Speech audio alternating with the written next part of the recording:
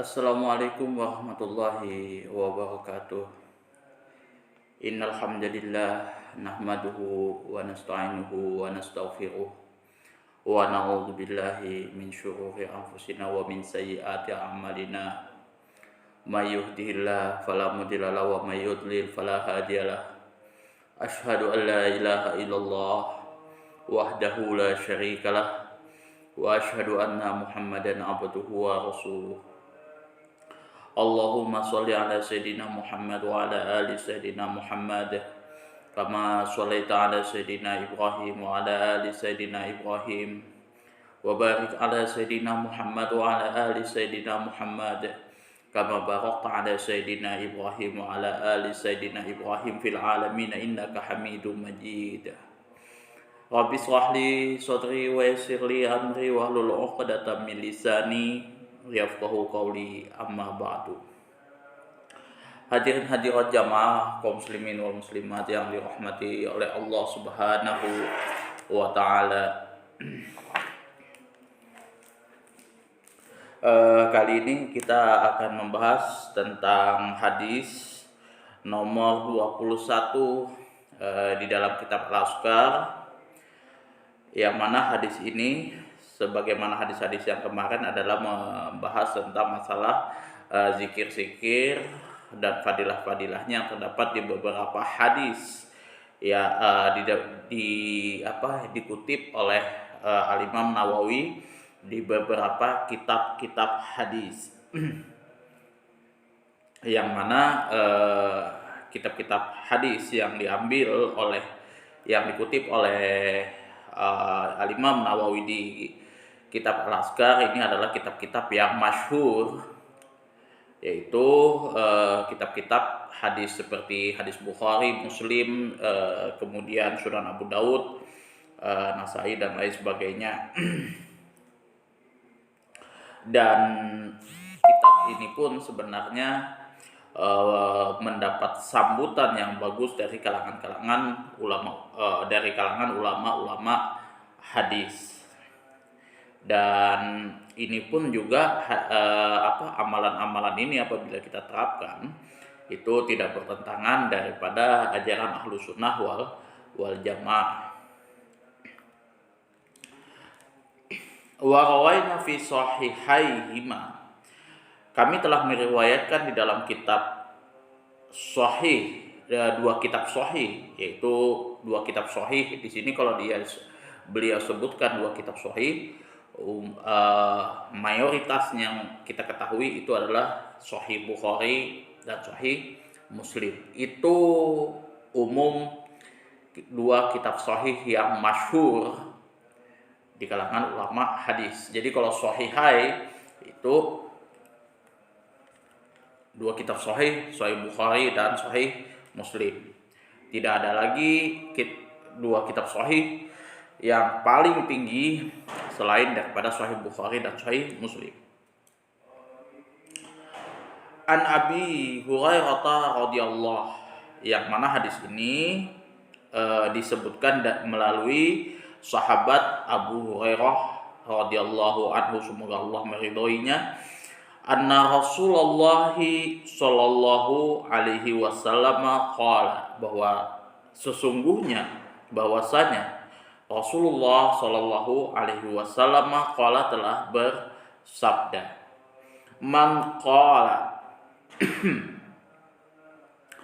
barang siapa yang mengucapkan la ilaha illallah wahdahu la syarikalah, tidak ada sesembahan illallah kecuali Allah, wahdahu semata-mata, la syarikalahu dan tidak ada sekutu baginya, lahul mulk bagi Allah lah, kepunyaan Allah lah, al mulku segala kekuasaan, walahu dan bagi Allah lah, baginya lah, alhamdu segala pujian.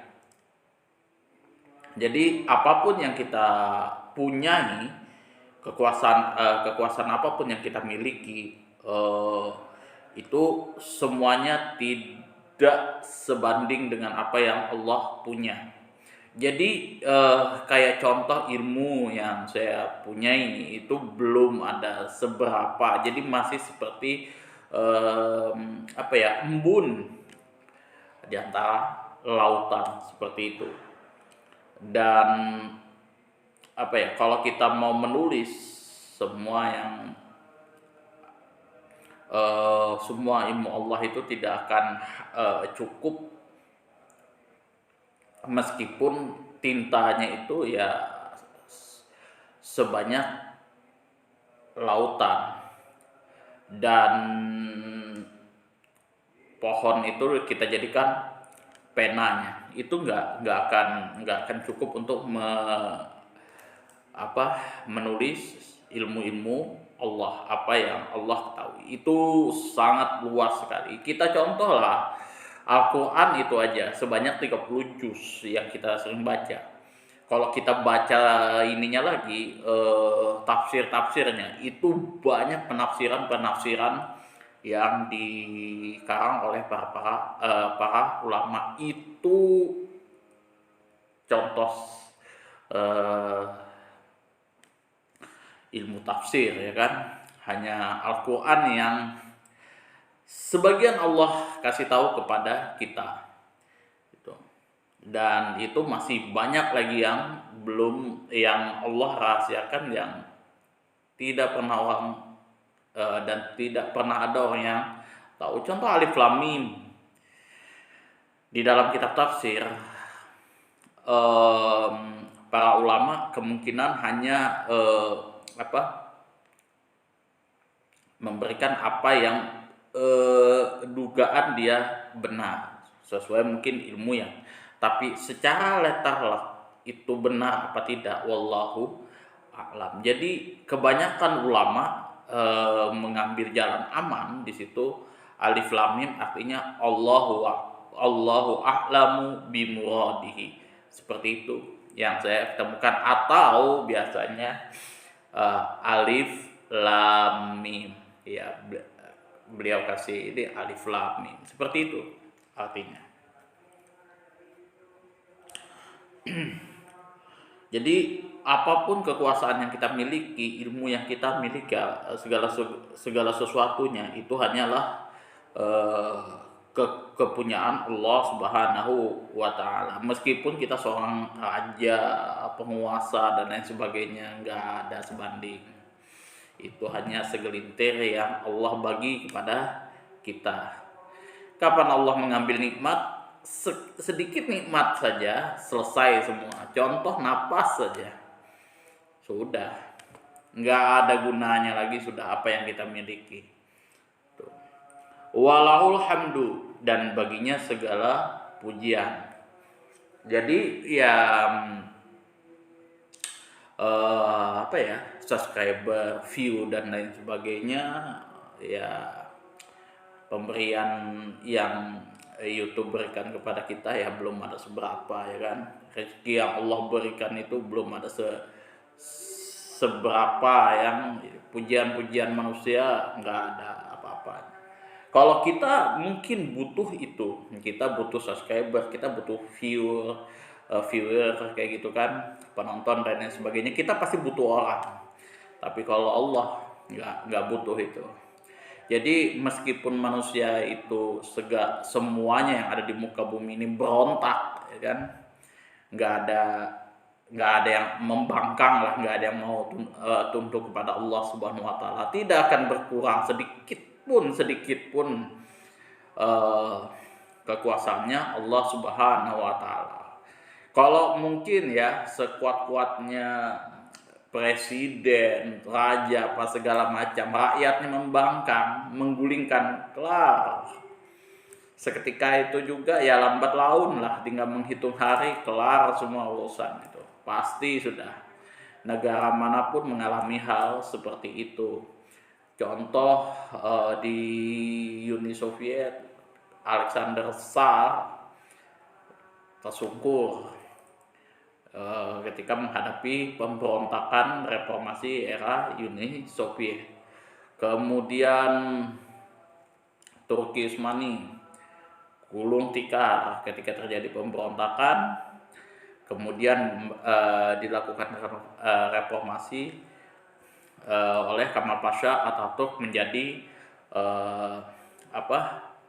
yang sekarang kerajaan pemerintahan Turki yang sampai sekarang. Kemudian apa lagi?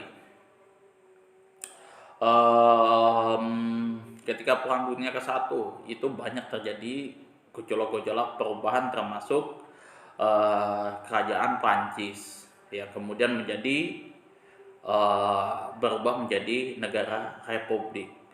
Ya itu semua perubahan-perubahan itu yang mengalami raja-rajanya seperti itu semua gulung tikar. Tidak ada yang bisa bertahan kalau misalkan rakyatnya berontak, rakyatnya tidak sepakat. Apalagi ya kayak misalkan kita ini itu. Nah, Allah nggak butuh itu.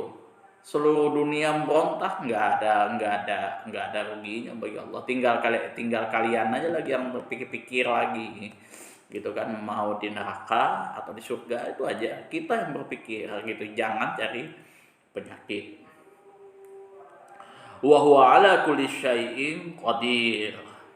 Dan Allah lah, dan dia, huwa di sini maksudnya adalah Allah, ala kulli syai' atas segala sesuatu, qadir maha kuasa.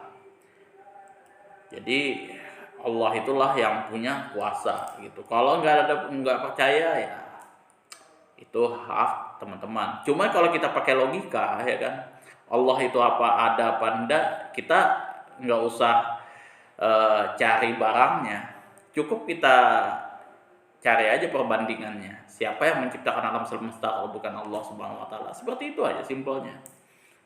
Kalau misal ada yang mengatakan yang lebih ilmiah daripada Allah Subhanahu wa taala, yang mengatakan si A, si B dan si C, mungkin ada yang bisa menciptakan seperti itu dan memang betul-betul akurat. Rasa-rasa kalau selama saya sekritis saya belajar mengkaji itu nggak ada. Jadi kalau misalkan contoh dari buku Darwin yang saya baca 3 juz itu, kalau nggak salah 3 juz itu, semuanya itu jujur aja tidak pernah bisa dibuktikan secara ilmiah gitu. Sampai orangnya meninggal, bahkan untuk membuktikan itu pun orangnya 1000 kali mati hidup itu nggak akan mungkin dia bisa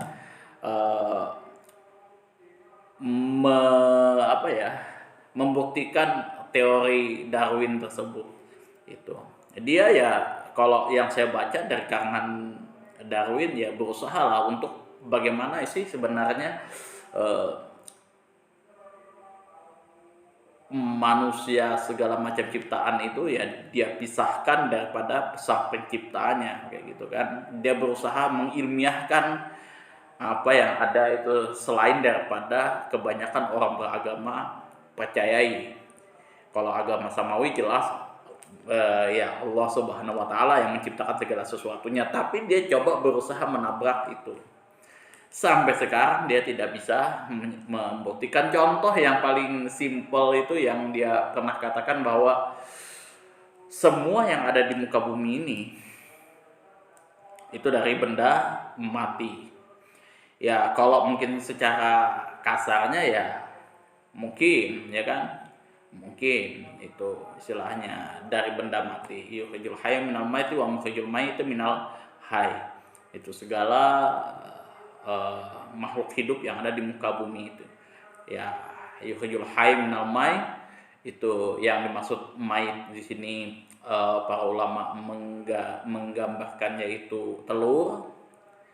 Mayyita minal hayy.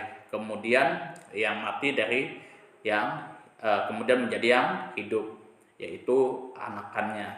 Jadi ketika telur menetas kemudian keluar anaknya. Wa yukhrijul hayya minal mayyit, yang mana yang mayit ini telur itu juga keluarnya dari yang hidup, yaitu induknya. Ya itu dari sisi gambaran yang Allah kasihkan pada kita. Cuman ya kalau dari semua yang saya baca literaturnya bukan seperti itu yang dia maksudkan. Ya dari benda mati itu, dari benda manusia itu dari benda mati, emang betul-betul dari benda mati gitu. Jadi kayak tikus itu kan asal muasalnya dari apa, tumpukan-tumpukan baju yang bertahun-tahun kemudian jadi tikus.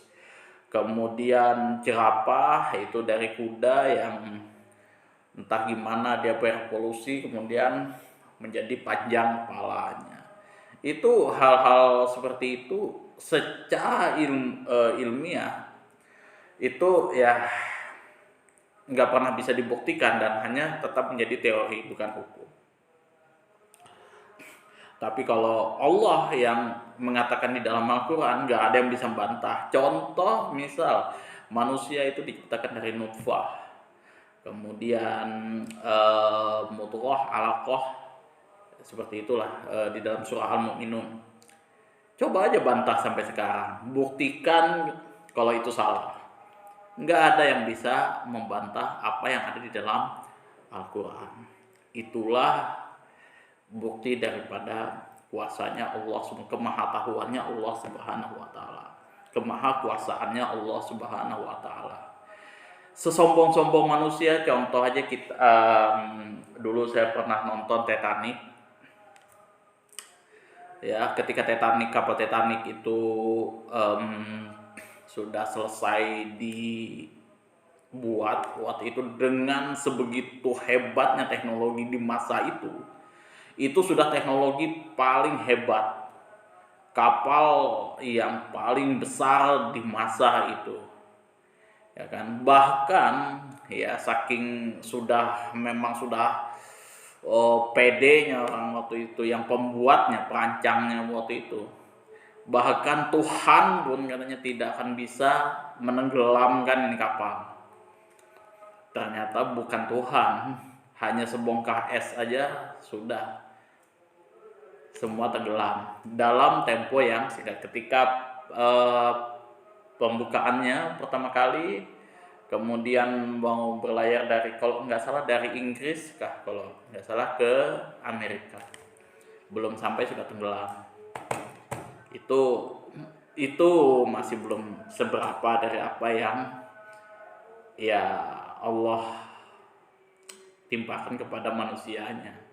Itu kalau misalkan kita mau sombong-sombongan itu belum, masih apa ya, masih cepu sih kalau bahasa kita gitu kan. Ya itulah fiyaumin yang mana la ilaha illallah wahdahu la syarikalah lahul mulk wa lahul hamdu wa huwa ala kulli syai'in qadir. Fiyaumin dibaca setiap harinya,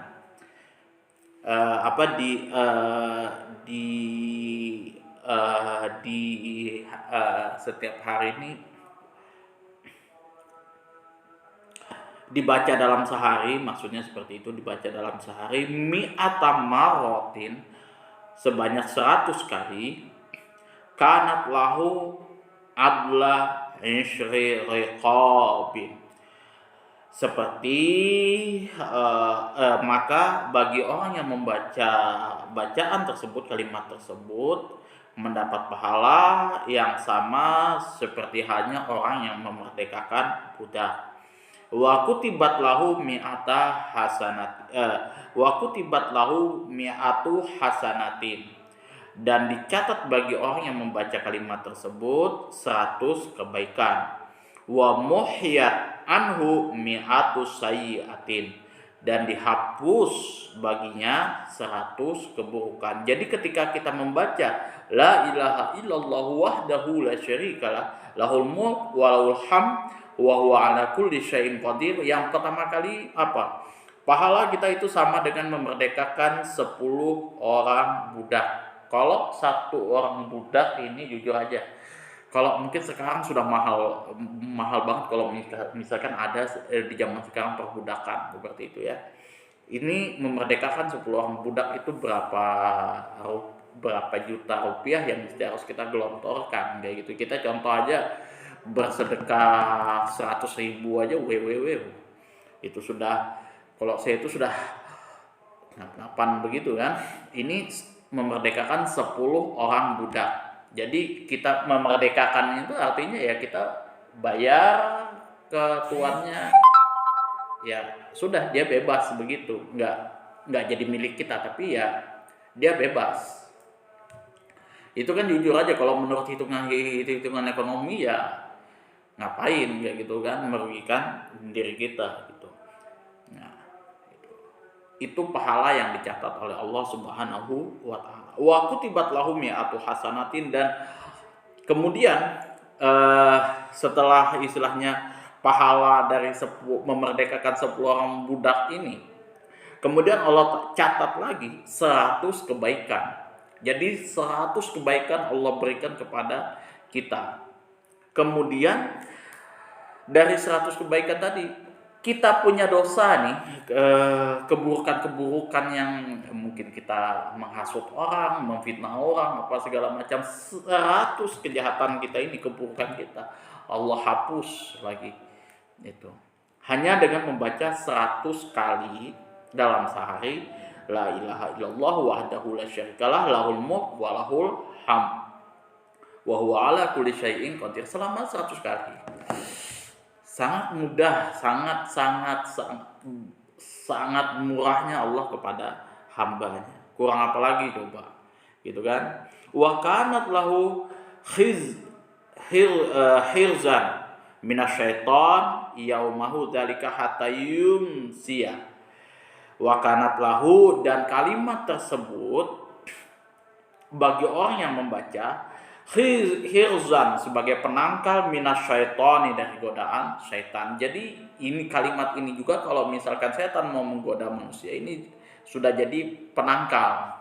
Jadi kalau misalkan setan-setan, contohnya Coki Pardede kayak gitu kan, kita bacakan ini tertangkal kayak gitu kan. Coki Pardede ya, mau menggoda kita tertangkal gitu. Yang mana setan ini tidak bisa menggoda kita, yang menjadi penangkal kita yauma hadzalika, sepanjang hari, pada hari tersebut, hatta yumsiya, sampai petang. Walam ya'ti ahadun, dan tidak ada seorang pun yang melakukan ini, bi afdoli, amalan yang paling utama, mimma ja'a bihi, daripada orang yang mengerjakan ini. Jadi amalan ini adalah amalan yang paling utama, yang paling afdol, yang orang lakukan, yang tidak ada orang lakukan, kecuali illa rajulun alima aksar min, ya, kecuali orang yang melakukan lebih banyak daripada yang kita baca. Misal kita baca 100 kali, orang baca 200 kali, ya otomatis dia yang paling banyak gitu. Tapi kalau misalkan kita membaca 100 kali, itu tidak ada istilahnya pahala yang lebih baik ketimbang yang kita amalkan. Waqala, dan Rasulullah juga bersabda di sini, maqala subhanallah wa bihamdi, barang siapa yang mengucapkan subhanallah, maha suci Allah, wa bihamdihi, dan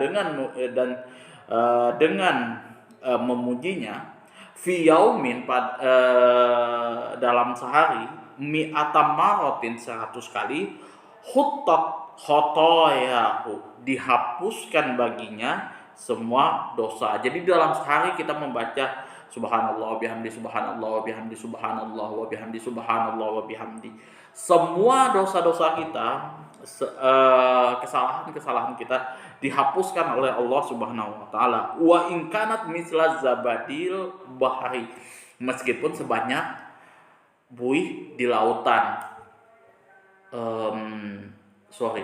Kalau kita menghitung, contoh lah kita kalau nggak usah laut, kita nggak usah berbicara masalah laut.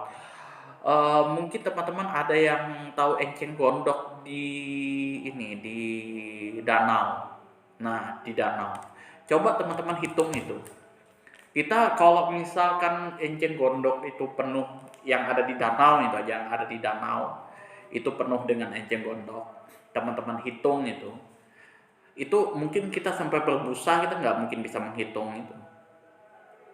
Itu dos itu enceng gondok, dan setiap kita bersihkan dia pasti ada lagi dan dia pasti ada lagi. Nah seperti itu juga seperti itu juga ini dosa kita kita nggak usah lah bicara laut, bicara danau itu aja, itu kita sudah amsyong, kita sudah menghitungnya. Ini laut, buih yang ada di laut itu sudah, mungkin kalau kita kayak saya aja ya, punya teman dia menghina atau apapun, itu sudahlah. Kalau mungkin saya boleh tusuk dia, saya tusuk mungkin. Kalau mungkin saya boleh hantam dia, pukul. Itu saking kesalnya saya. Ini kita berdosa kepada Allah Subhanahu wa taala yang mungkin itu tidak akan pernah terhitung ya, seperti buih dalam lautan. Tapi dengan membaca 100 kali subhanallah bihamdi sebanyak 100 kali, itu Allah hapuskan semua dosa-dosa kita. Tapi ingat, orang yang membaca ini jujur saja, itu juga nggak sembarang gitu kan. Kita mau membaca itu ada aja halangan-halangan, faktor-faktornya yang bisa menghalangi kita untuk mengamalkan hal ini. Kita puasa, sembahyang aja maka ada aja yang menghalangi itu. Apalagi ya kayak sekarang ada dunia teknologi ini kan, ada aja yang apakah dan lain sebagainya, atau janda kah, biasanya itu ada aja yang menghalangi kita untuk berbuat baik kepada Allah Subhanahu wa taala. Itu sudah godaan-godaannya sudah itu. Wa rawaina fi kitabai, dan diriwayatkan, ini hadis yang nomor ke-22 lagi. Kami telah meriwayatkan fi kitabai, di dalam 2 kitab. Nah, di sini kitab yang pertama adalah kitab At-Tirmizi, kemudian wa Ibnu Majah, dan di dalam kitab Ibnu Majah An Jabir bin Abdullah radhiyallahu anhuma, yang mana kedua kitab ini yang diriwayatkan oleh Imam Tirmizi dan Ibnu Majah itu dari sahabat yang sama, dari satu sahabat yaitu Jabir ibnu Abdullah radhiyallahu anhuma, semoga Allah meridhoi kepada keduanya. Qala, telah berkata, Sami'tu Rasulullah sallallahu alaihi wasallam yaqulu, yang mana saya telah mendengar Rasulullah sallallahu alaihi wasallam yaqulu, telah berkata, Abdulul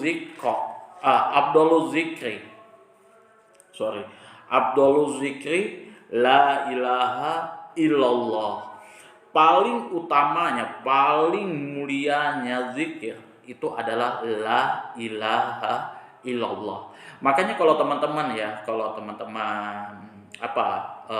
di masa hidup itu suka membaca la ilaha illallah, itu diamalkan terus.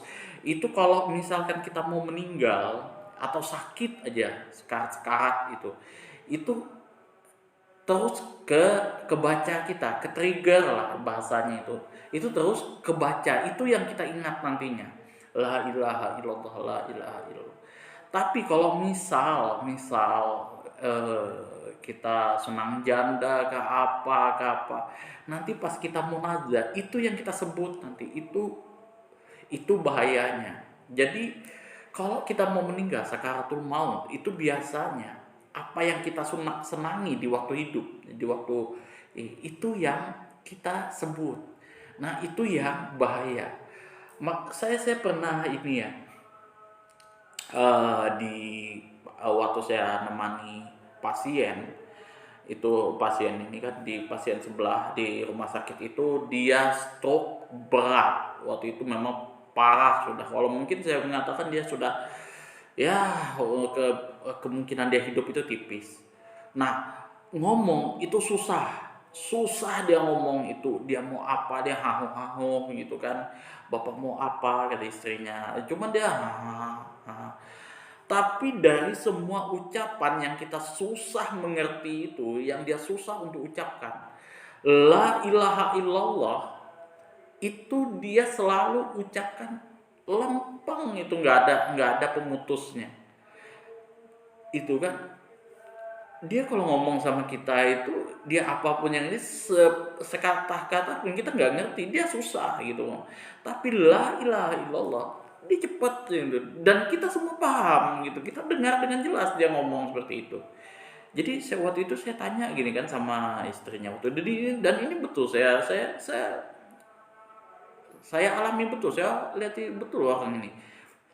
Bu, ini apa sih Bu amalan bapaknya ini selama itu? Yaitu apa yang selama dia sehat itu, yaitu dia senangnya itu la ilaha illallah, la ilaha illallah, la ilaha illallah, la ilaha illallah.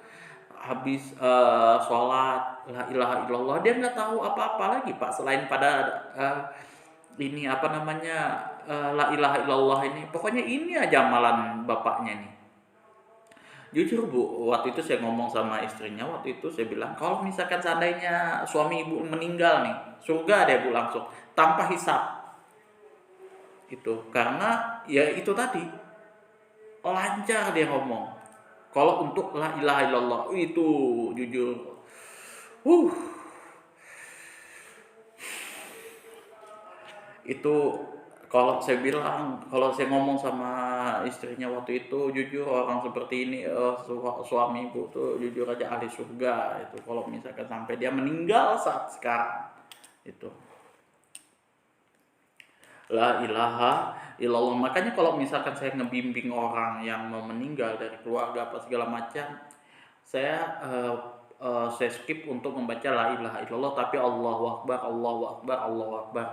Kalau misalkan terputus Allahu, maka masih ada kalimat Allah yang dibaca. Tapi kalau la ilaha keputus langsung dia meninggal, selesai urusan, itu bisa masuk neraka itu. Makanya itu ya alhamdulillah waktu itu kalau bapak saya meninggal dibacai sama ibu saya Al-Fatihah. Jadi awal bapak saya itu ini apa namanya mengikuti bacaan Al-Fatihah. Alhamdulillahirabbil alamin, bismillahirrahmanirrahim, alhamdulillahirabbil alamin sampai waladhdallin, amin. Baru awal bapak saya menghembuskan nafas terakhirnya.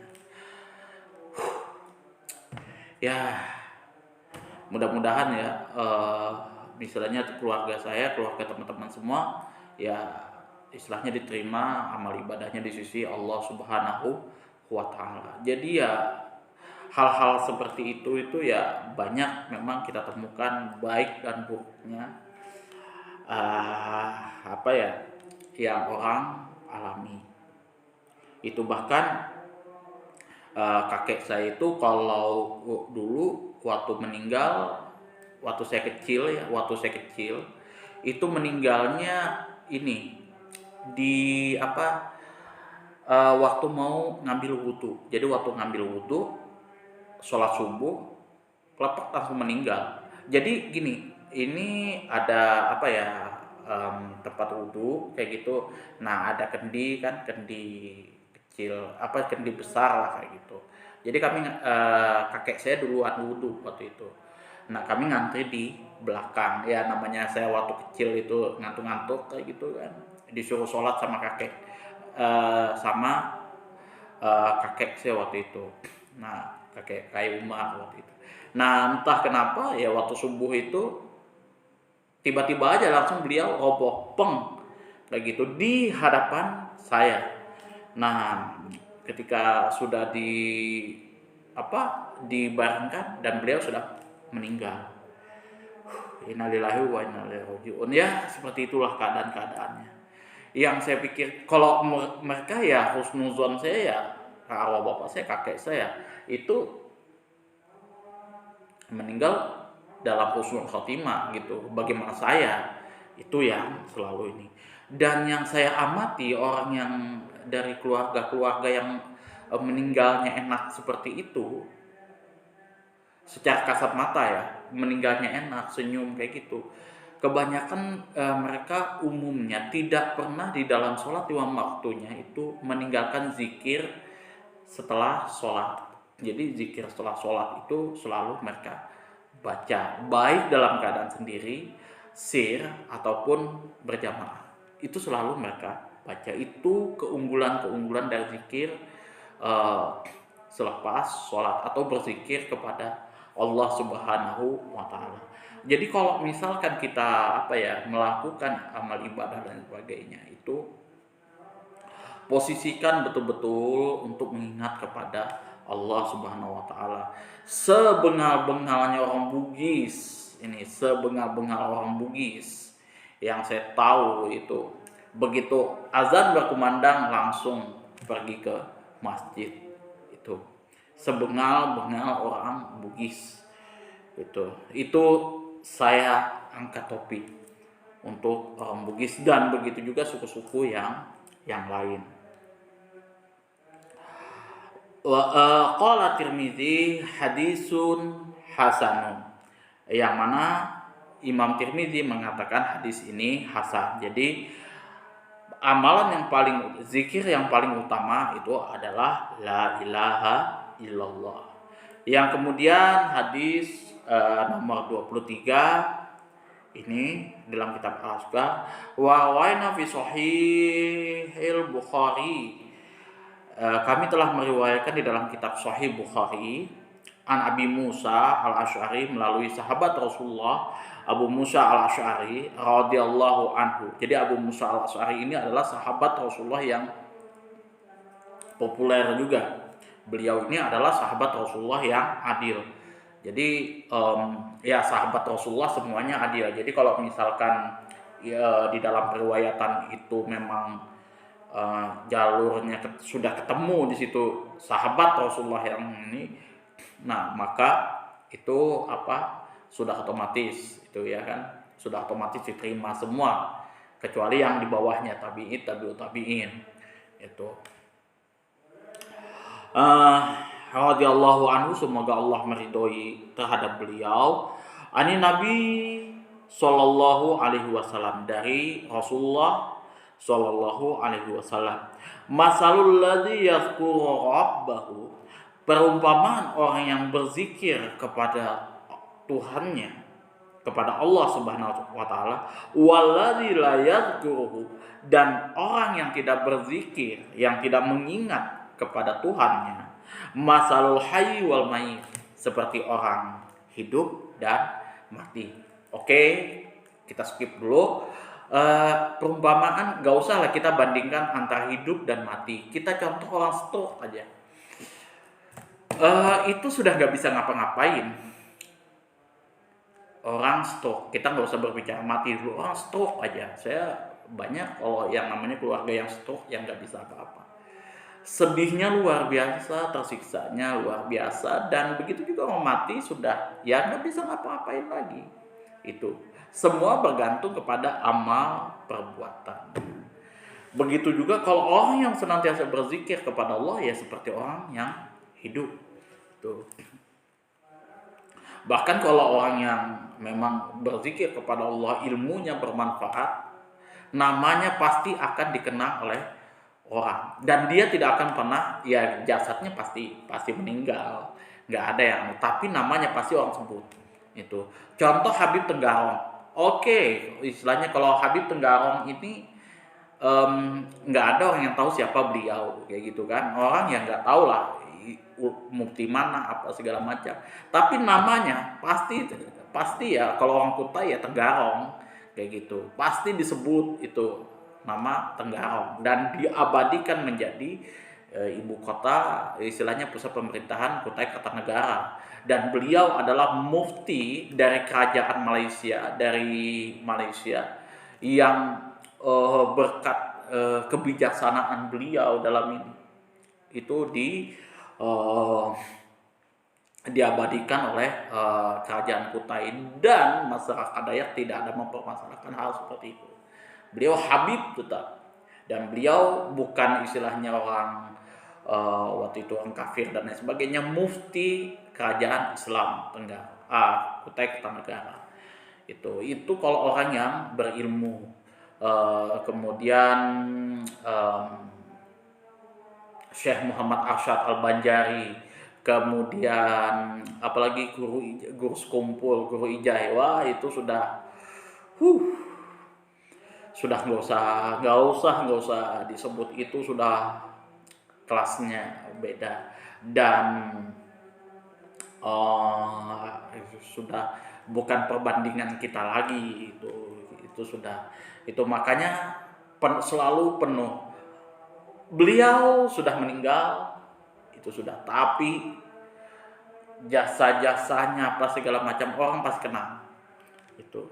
Itu pasti selalu disebut. Kalau saya ya meninggal aja gitu kan, dilempar Sungai Mahakam sudah nggak bakalan berkurang gitu kan. Itu salah satu itu. Nah, itu perumpamaan ya orang yang berilmu dan orang yang berzikir kepada Allah. Kalau orang yang berzikir kepada Allah ya seperti ulama-ulama itu ya sudah otomatis. Inilah perumpamaannya. Dia akan selalu hidup dan hidup. Itu. Walaupun jasadnya meninggal. Hadis 24, wa rawaina fi sahih Muslim.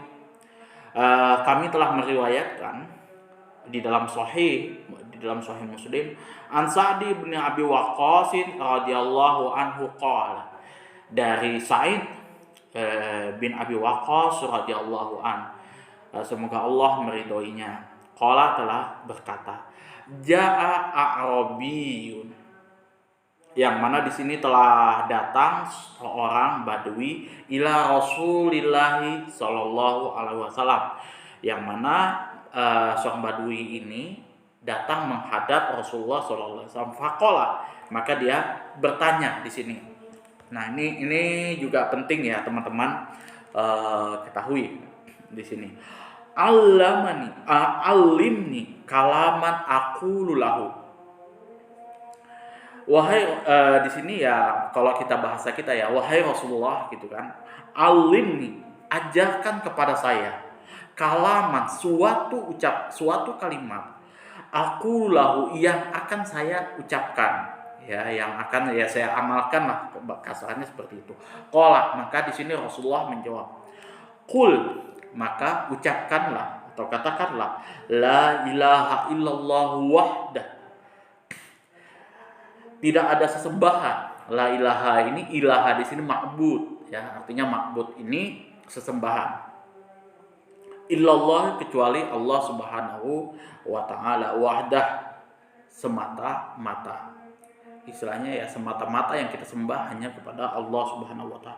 La syarikalah, dan tidak ada sekutu baginya. Allahu akbar kabira, Allah maha besar yang sebesar-besarnya. Walhamdulillahi katsira, dan segala puji bagi Allah Subhanahu wa taala dengan sebanyak-banyaknya. Subhanallahi rabbil alamin, maha suci Allah Tuhan semesta alam. La haula wala quwata illa billahil azizil hakim. Tidak ada daya dan upaya kecuali dengan Allah lah yang maha perkasa lagi maha bijaksana. Nah, jadi ini ya, la ilaha illallah wahdahu la syarikalah, Allahu akbar kabira, walhamdulillahi katsira, subhanallahi rabbil alamin, la haula wala quwata illa billahil azizil hakim. Yang ini illa billahil azizil hakim. Jadi jangan dirubah ya. Al aziz, al hakim. Nah, maka di sini apa?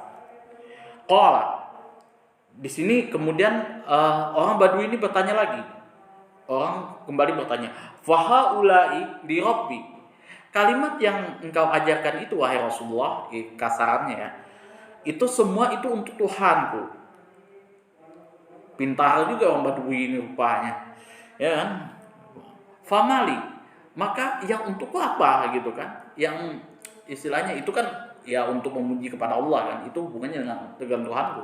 Yang untukku ini apa gitu kan katanya gitu. Dia tanya lagi gitu kan. Padahal ya kalau mungkin kayak kita nih kemplang dikit ya. Ya dengan kamu memuji Allah itu sudah otomatis berpengaruh kepada dirimu juga. Tapi Rasulullah di sini bijaksananya Rasulullah. Itu Rasulullah kemudian menjawab, qala, maka Rasulullah menjawab, Kuli, maka ucapkanlah, Allahumma, ya Allah, ighfirli, ampunilah diriku, warhamni, dan rahmatilah diriku, wahdini, dan berikanlah aku petunjuk, warzuqni, dan berikanlah aku rezeki. Ini yang diajarkan oleh Rasulullah. Jadi kalau misalkan kita mau gabungkan ya, la ilaha illallah wahdahu la syarikalah, Allahu akbar kabira walhamdulillahi katsira subhanallahi rabbil alamin la haula wala quwwata illa billahil azizil hakim. Allahumma ghfirli warhamni wahdini warzuqni. Nah, ini yang biasa saya juga amalkan ini kalau zikir setelah sholat. Jadi kalau zikir setelah sholat saya ini doa ya, ini yang saya baca. Jadi kepada Allah Subhanahu wa taala saya haturkan, kemudian baru untuk saya.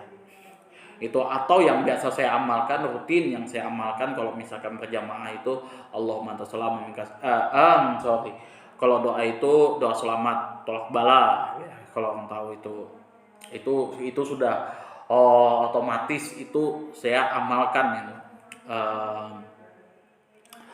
Allahumma inna nas'aluka salamatan fid din wa afiyatan fil jasad wa ziyadatan fil ilmi wa barakatan fil rizqi wa taubatan qabla al-maut wa maghfiratan ba'da al-maut. Allahumma hawwin 'alaina fi syakaratil maut wa najatan minan nar wa aflah indal hisab, ya seperti itu. Nah, itu saya baca sama tolak balanya kayak gitu. Ya walaupun itu simple, saya selalu amalkan seperti itu. Nggak perlu ribet-ribet kok amalan-amalan kita tuh, nggak perlu yang panjang-panjang yang dari mana kayak gitu. Cukup yang simpel-simpel aja. Misalkan Rabbana atina fid dunya hasanah wa fil akhirati hasanah wa qina adzabannar, itu yang terus sampean baca. Itu otomatis ada pengaruhnya. Makanya jujur aja, selama saya di berkendaraan sepeda motor, jujur aja baru sekali saya kecelakaan. Itu baru sekali saya kecelakaan di motor, dan itu pun meleng. Kalau selebihnya wallahu alam. Itu ya kalau yang sedikit itu pernah jatuh. Kalau parah sampai blank kayak gitu itu belum pernah. Jauh kembala. Itu bahkan yang kalau saya ikut taksi dan lain sebagainya yang memang betul-betul ngebut, belum pernah kejadian, dan itu mudah-mudahan tidak. Meskipun ya pada intinya saya sudah siap ya apapun itu. Kemudian yang nomor 25, wa waina fi sahih muslimin, kami telah meriwayatkan dalam sahih Muslim, an Sa'id bin Abi Waqqas radhiyallahu an, dari sahabat yang sama, Sa'id bin Waqqas, semoga Allah meridhoinya, qala telah berkata, Kunna inda Rasulillahi sallallahu alaihi wasallam. Kami pada waktu itu berada di sisi Rasulillahi sallallahu alaihi wasallam. Jadi bersama Rasulullah sallallahu alaihi wasallam. Faqala, maka di sini Rasulullah bersabda. Jadi kalau Rasulullah itu jujur aja, sekali beliau ngomong bersabda itu sudah jadi hukum ya, apapun itu. Makanya kalau Sayyidina Ali itu, kalau misalkan Rasulullah SAW itu berbicara masalah hadis, itu menjadikan manfaat bagiku. Jadi sebagai ya betul-betul menjadikan kita tuh teduh, bahasnya seperti itu.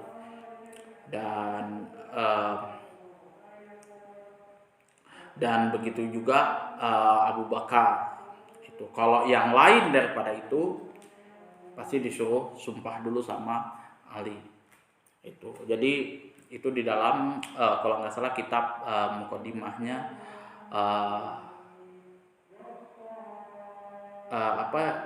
kalau nggak salah di dalam kitab hadis yang pertama Musnad Imam Ahmad bin Hanbal, atau mungkin kalau mungkin mau teman-teman mau nyari itu di hadis yang diriwayatkan Ali radhiyallahu an, itu ada di situ.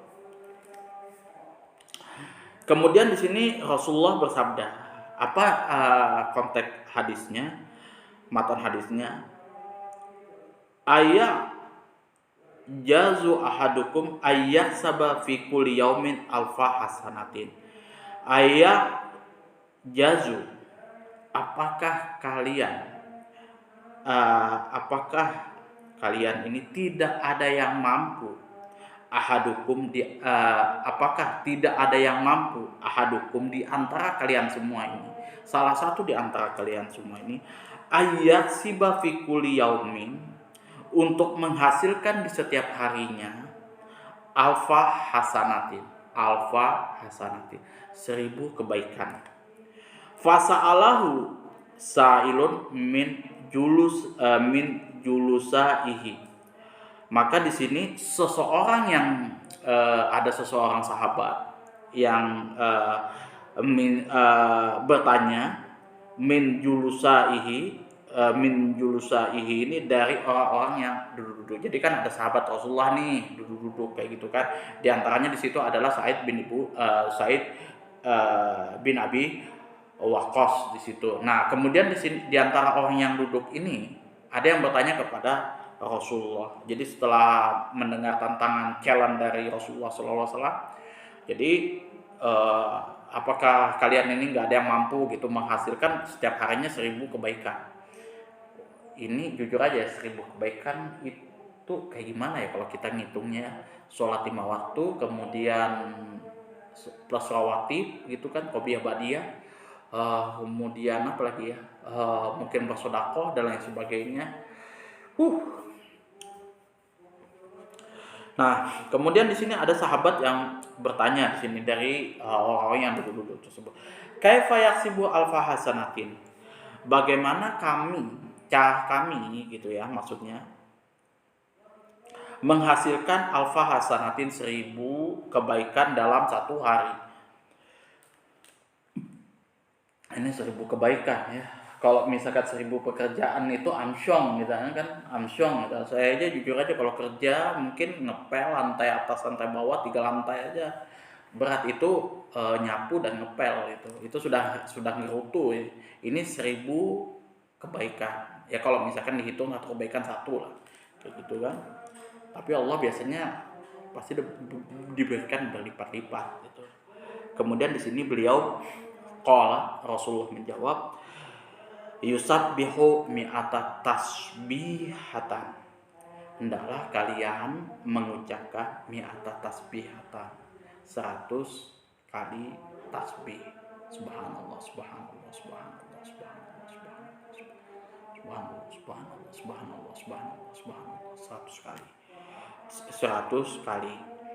Fayutabulahu alfu hasanati. Maka akan dicatat baginya 1000 kebaikan. Bayangkan kita baca nih 100, Allah lipat 1000. Kira-kiraan kalau kita jualan nih, kita beli satu gitu, paling bonus cuma satu. Ini kita 100, Allah beri 1000.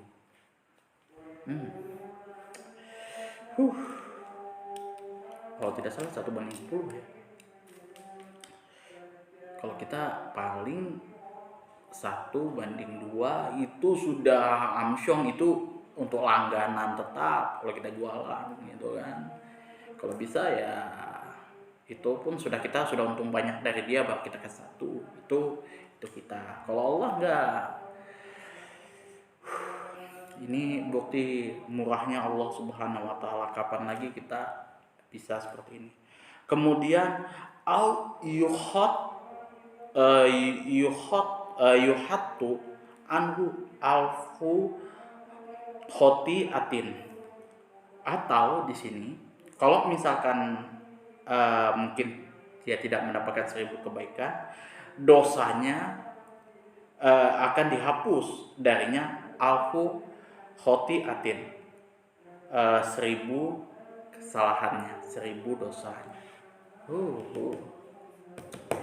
Kita baca 100, Allah hapus dosa kita 1000. Tuh ya. Satu orang aja buat salah sama saya seumur hidup itu susah saya kan.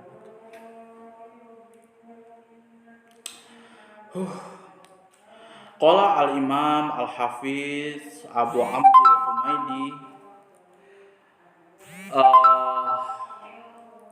di sini al-Imam Hafidz Abu Abdillah al-Humaidi di sini. Kalau kita mau singkat, Imam al-Humaidi di sini. Kaza huwa fi kitab Muslim, yang mana pendapat beliau ini juga terdapat di dalam kitab Muslim, ya. Fi jami'i riwayat, di berbagai riwayat. Au yuhato di sini qala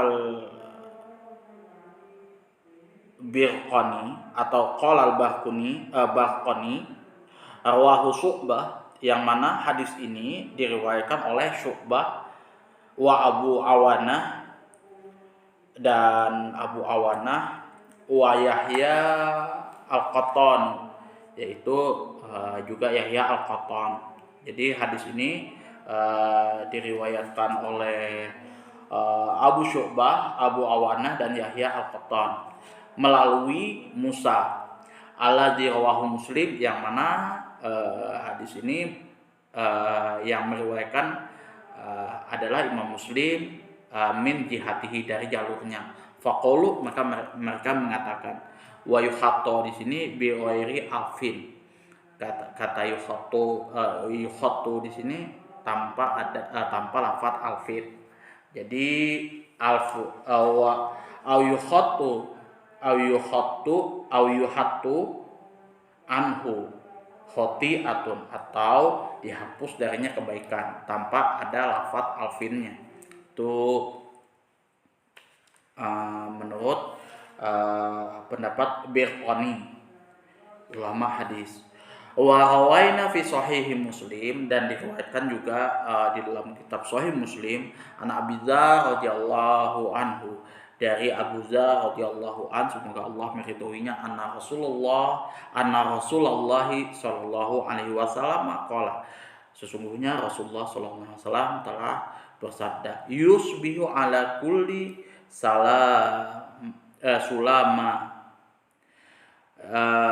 terdapat di setiap anggota tubuh manusia tersebut, min ahadikum, di antara kalian, sodakotun, ya,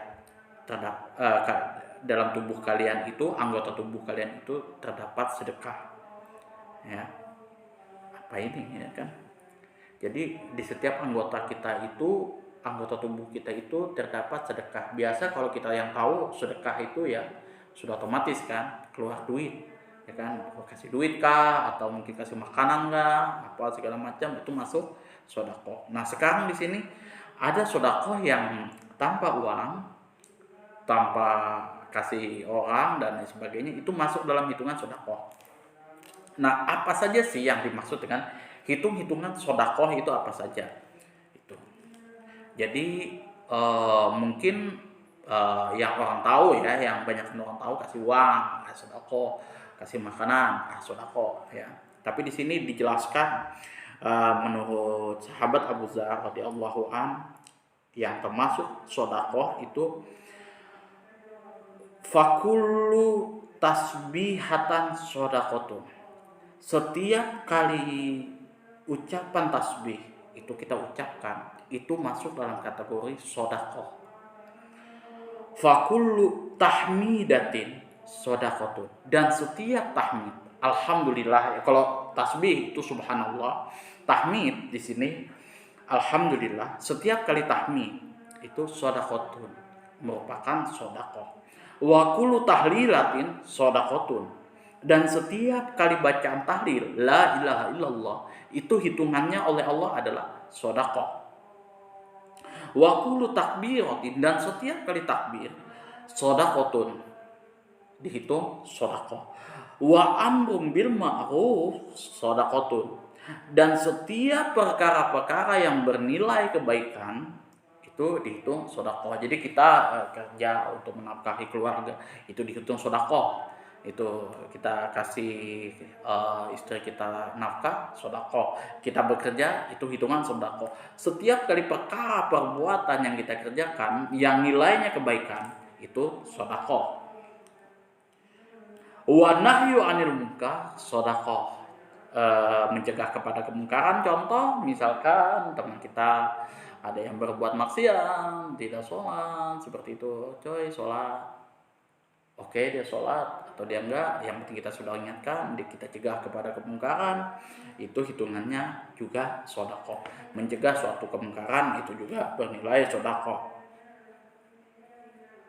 Wa yujzi'u min dzalika, tetapi cukup untuk menutupi semua itu rakaatani iyakauha minat duha, 2 rakaat yang engkau lakukan, dan semua itu bisa ditutupi dengan cukup 2 rakaat yang engkau lakukan pada sholat duha. Itu bisa dilakukan pada saat kita sholat duha. Itu nilai-nilai sodakohnya. Atau mungkin di luar sholat duha, bebas ya kan. Subhanallah, subhanallah, subhanallah, subhanallah, subhanallah, subhanallah, subhanallah, alhamdulillah, alhamdulillah, alhamdulillah. Nah, setiap yang kita ucapkan, yang tadi kita baca ini tadi ya, yang kita bahas tadi ya, semua nilai-nilai kebaikan itu otomatis sudah bernilai sodakoh. Jadi seluruh anggota tubuh kita ini itu bernilai sodakoh semua. Itu ya, kaki kita melangkah ke masjid otomatis sudah bernilai sodakoh. Apalagi tangan kita memberi ke orang fakir miskin sudah bernilai sodakoh. Membantu orang lain yang kesusahan itu bernilai sodakoh. Apalagi ada orang mau berzina mungkin, nah seperti itu, mau mantap-mantap gitu, jangan coy. Nah itu sudah bernilai sodakoh. Itu kan mau mantap-mantap kita juga itu. Atau orang yang membuka aurat, kita tutupin auratnya, kita tutupin aibnya, itu juga sudah bernilai sodakoh. Itu qutu asulama, yang mana dimaksud asulama di sini bidomisin dengan domahnya sin, jadi asulama. Wa takhfifil lam, dan lamnya ini tanpa ada tasdidnya, wa huwa al-udwu, yaitu anggota tubuh. Wa jam'uhu, dan jamaknya sulamayatun, bifathil mim, dengan fathahnya mim,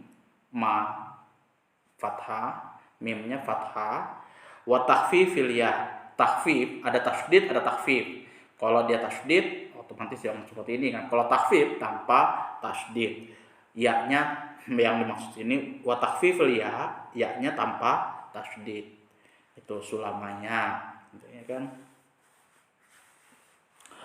Wa rawaina fi sahihai, dan kami juga telah meriwayatkan di dalam sahih kedua sahih Bukhari dan Muslim, dalam kitab sahih Bukhari dan Muslim di sini Al-Bukhari wa Muslim, wa Abi Musa al-Asy'ari, dari sahabat Abu Musa al-Asy'ari radhiyallahu anhu qala, dan semoga Allah meridhoinya, qala telah berkata, qala li, yang mana Rasulullah telah berkata kepadaku, An-Nabiyyu sallallahu alaihi wasallam, Rasulullah sallallahu alaihi wasallam, ala adulluka, maukah kamu aku tunjukkan, aku beritahukan, ala kanzi min kunuzil jannah, suatu perbendaharaan, min kunuzil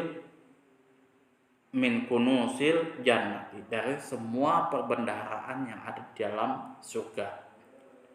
Faqultu, maka saya mengatakan kepada Rasulullah, bala ya Rasulullah, tentu wahai Rasulullah. Jadi kalau ala di sini jawabannya adalah bala. Ini kan, maukah kamu saya ini kan saya bawa ke sini, bala tentu gitu. Kalau misalkan saya Rohim, maka saya jawabnya apa? Labbaik itu. Jadi labbaik itu ya kalau biasa ya kalau orang manggil gitu kan, Rohim, aina labbaik. Kemudian itu ya bahasa Arab kan. Tentu saja wahai Rasulullah. Qala, maka Rasulullah di sini bersabda, "Qul," katakanlah, ucapkanlah, la ilaha illallah wala quwata la haula wala quwata illa billah. Tidak ada daya dan kekuatan kecuali Allah. Dengan Allah lah kita bergantung padanya. La haula wala quwata illa billah. Itu. Jadi kita sudah mendapatkan perbendaharaan dari perbendaharaan surga. Jadi kalau orang yang setiap harinya berzikir kepada Allah, itu jujur aja beda sih, beda ya. Hidupnya tenang, nggak gusa-gusu, kemudian santuy kayak gitu, ada uang nggak ada uangnya slow kayak gitu kan, nggak ada yang was-was, stres dan sebagainya. Jadi kalau orang yang senantiasa berzikir kepada Allah ya kayak gitu aja, dia hidupnya santai, rileks. Ya, itu saja yang dapat saya sampaikan ya, kurang dan lebihnya saya mohon maaf yang sebesar-besarnya apabila ada kata-kata yang menyinggung hati teman-teman guru-guru yang lainnya, yang mana ini murni kesalahan saya pribadi, dan saya mengucapkan terima kasih yang sebesar-besarnya. Saya istilahnya turut bangga apabila ini dapat diamalkan oleh teman-teman, bisa bermanfaat untuk teman-teman semuanya. Kalau teman-teman ada mendapatkan manfaat dari konten ini, video ini mungkin layak untuk di-sharekan, silahkan teman-teman sharekan ke teman-teman yang lainnya, supaya ya kita sama-sama berbagi di sini, sama-sama bertukar pikiran tanpa harus menggurui. Dan jujur sekali lagi, saya disclaimer, saya bukan ustaz. Itu ya, saya cuman berbagi apa yang saya tahu dari kitab-kitab. Ya kan, beda kalau misalkan ustaz minimal S1, kalau saya belum ya. Jadi kalau untuk teman-teman yang manggil saya ustadz, ya jujur aja sebenarnya saya agak risih karena background saya belum sampai ke situ. Ya itu saja mungkin penutup yang bisa saya sampaikan. Kurang dan lebihnya saya mohon maaf ya. Sekali lagi saya mohon maaf yang sebesar-besarnya. Akhirul kalam, assalamualaikum warahmatullahi wabarakatuh.